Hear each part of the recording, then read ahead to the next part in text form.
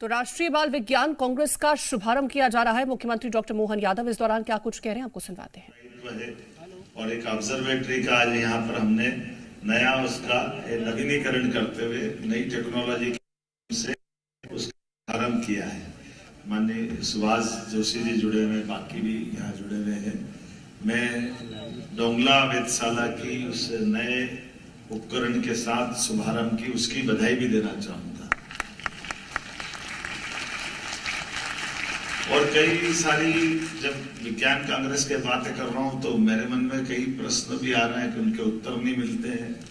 आपके माध्यम से मिल जाए बहुत अच्छी बात है कि जब डोंगला की बात कर रहे हैं तो वो उससे भी जुड़ते हैं। हम विज्ञान की बात कर रहे हैं तो ये मेरे समझ में नहीं आता है कि हमारे आज के सबके युग में हम जब समय देखते हैं तो समय तो हम घड़ी से ही देखते हैं ना, घड़ी से। और घड़ी चलती है सूर्य और पृथ्वी की परिक्रमा के बलबूते पर। गलत तो नहीं बोल रहा हूं, सही बोल रहा हूं ना। लेकिन ये समझ में नहीं आया कि ये परिक्रमा की शुरुआत का या समापन का जो समय मालूम पड़ना चाहिए।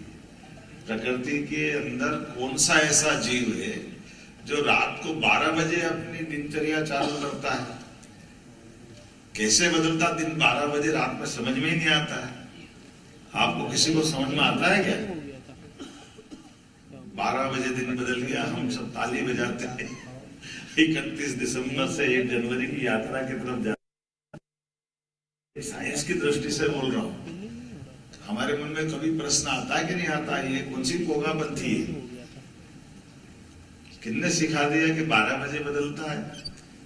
दुनिया में कोई भी जीव की अपनी अगर प्रारंभ होती है, नया दिन उसके लिए आता है तो या तो सूर्योदय से होता है या सूर्यास्त से आता है। इसके अलावा कोई है क्या बीच में?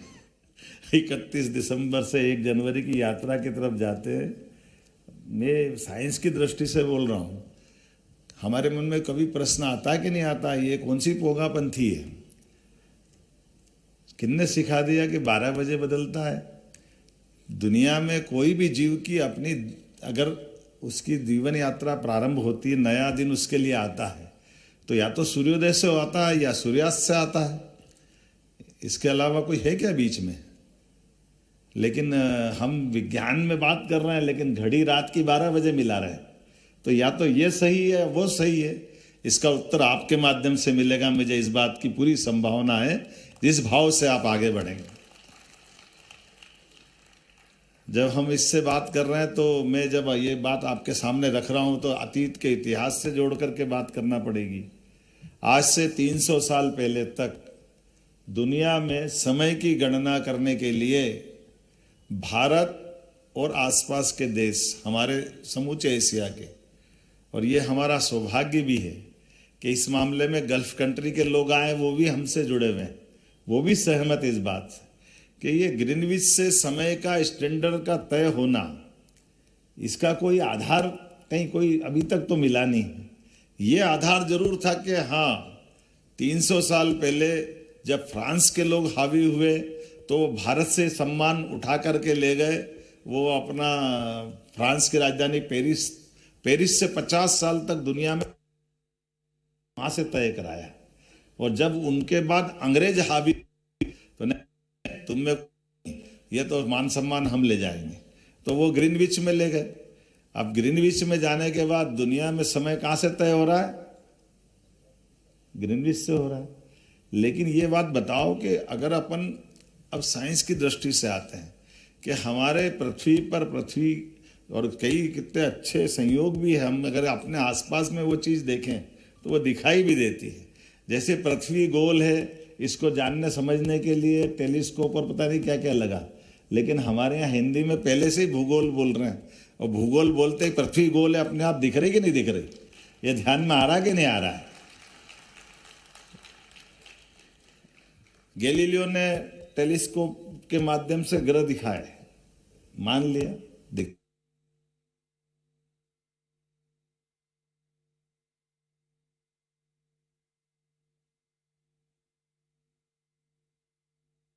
पता ही नहीं चल रहा है।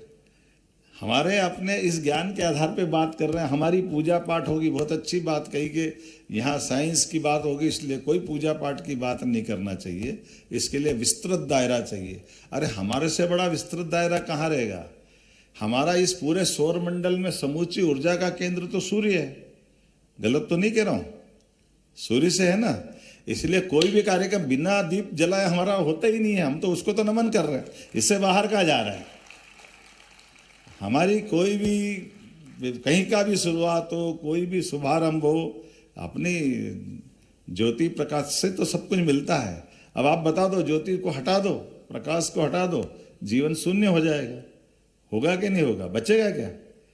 तो ये जो हमारे प्राचीन संबंध भी है, जो हमारे ये रिश्ते हैं, इस रिश्ते को सबके बीच में ले जाने की जरूरत है। उस तरह से भविष्य की संभावनाओं को लेकर, और हम तो और सौभाग्यशाली, लोकतंत्र के माध्यम से गौरवान्वित वाला क्षण कितना अच्छा लगता है जब इस देश में कई प्रश्न खड़े हुए, उन प्रश्नों के उत्तर ढूंढने के लिए राजनेता भी आए। और हमारे यशस्वी प्रधानमंत्री पहले जो आए, लाल बहादुर शास्त्री, जब उनने उस समय हमारे बीच आहार क्रांति की बात तो अभी हो रही है, उस समय तो खाने के लाले पड़ रहे थे क्योंकि भोजन का अकाल पड़ गया।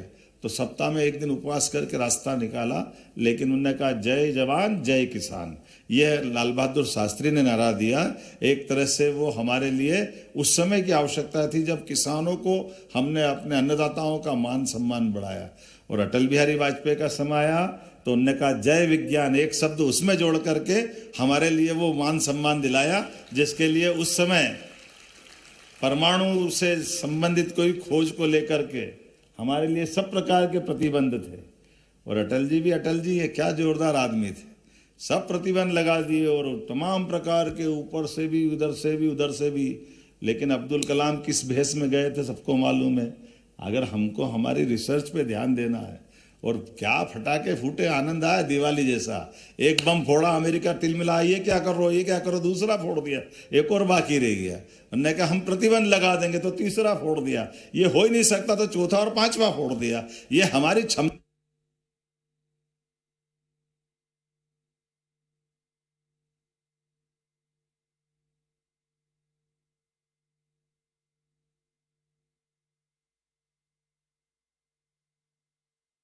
से हमने देख लिया। कोविड जैसी एकदम खतरनाक बीमारी, जिस बीमारी को लेकर के अता न पता, ऊपर न नीचे, पता ही नहीं चल रहा। और उनके अपने जीवन के अनुभव से पूरे देश की हेल्थ की, इतना कमजोर हमारा सेक्टर था, इतना विविधता वाला देश, इतनी बड़ी आबादी, पता नहीं क्या क्या है। कई कई देश, दुनिया के 200 देश गिनती में आते हैं, लेकिन कई की आबादी तो 40 लाख। सारी यूरोप की मिला दो तो 20-22 करोड़ से ऊपर नहीं जाएंगे। लेकिन अपने देश की आबादी 142 करोड़, अब तो 45 के बाहर चली गई। भगवान का आशीर्वाद है ये भी। लेकिन परमात्मा की दया से इसमें भी मार्ग निकाल लिया। इसमें रास्ते कैसे निकला?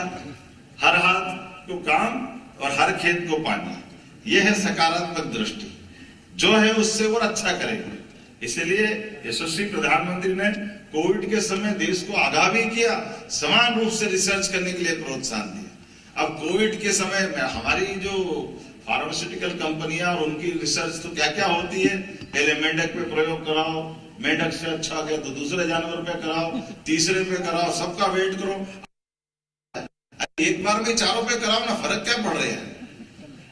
और हुआ कि नहीं हुआ? साल के रिजल्ट मिल गया। आज भारत अगर सुरक्षित है तो वो हमारी ये रिसर्च,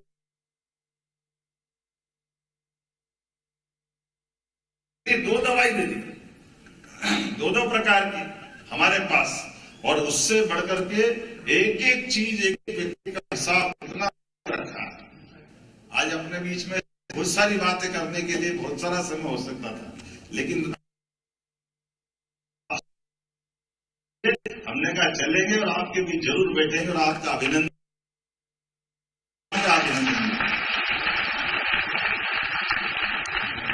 हमारी सरकार भी ऐसे बहुत प्रयोग कर रही है जो प्रकृति की चुनौतियों के बीच में से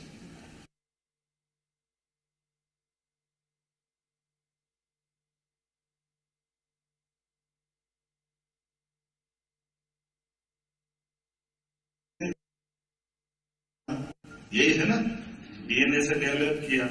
और वो विज्ञान को चुनौती देते हुए वो मेंढक के जो विशेष गुण के कारण से कि वो मेल फीमेल मन से हो जाता है, जो भी उसकी कल्पना है, और ये इस भाव से बढ़ते बढ़ते कहां तक चले गए। और हम आज इस बात के आधार पर डंके की चोट कह सकते हैं, मोदी जी के आशीर्वाद से मध्य प्रदेश सरकार ने संकल्प लिया है, हमारे एशिया से चीता गायब हो गया, हम उसको पुनः बसा करके एक तरह से उस दिशा में आगे बढ़े।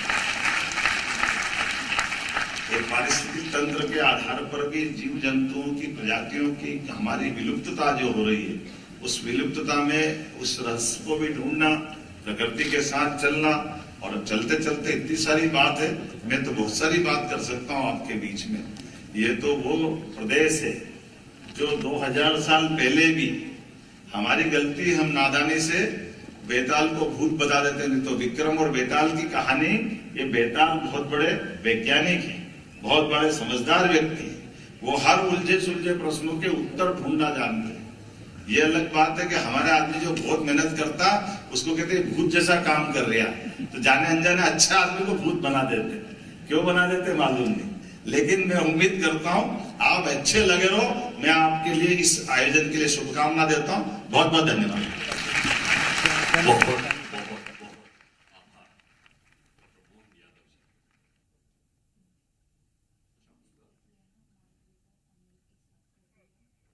तो सीएम डॉक्टर मोहन यादव को आप सुन रहे थे, जो कि राष्ट्रीय बाल विज्ञान कांग्रेस का शुभारंभ करते हुए नजर आए थे और यहां पर संबोधित भी किया। तो 31वीं राष्ट्रीय बाल विज्ञान कांग्रेस, और इस दौरान मुख्यमंत्री यहां संबोधित कर रहे थे। और फिलहाल वक्त एक छोटे से ब्रेक का है।